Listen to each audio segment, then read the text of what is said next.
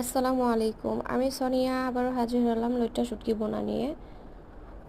আপনারা অনেকেই লইট্টা শুটকি ভুনাটা পছন্দ করেন। লইট্টা শুটকি এমন একটা ফেমাস খাবার যা সবাই, বিশেষ করে সবাই পছন্দ করে থাকে। তো আমি যেভাবে বেগুন দিয়ে লইট্টা শুটকিটা বোনা করেছি, আশা করি এরকম করে আপনারা ট্রাই করে খেয়ে দেখবেন, অনেক ভালো লাগবে। লইট্টা শুটকিটা হচ্ছে অনেকেই অনেক রকম করে রান্না করে থাকে। অনেকেই আবার হচ্ছে মরিচ, শুকনা মরিচটা বেটে সেটা দিয়ে রান্না করে, ওইটা দিয়ে অনেক ভাল লাগে। ওইটা দিয়ে অনেকে ঝাল ঝাল লইট্টা শুটকিটা খেতে পছন্দ করে। বেশি লইট্টা শুটকিটা ভুনাটায় একটু ঝাল বেশি হলে বেশি, মানে মজাটা একটু বেশি হয়ে যায় আর কি।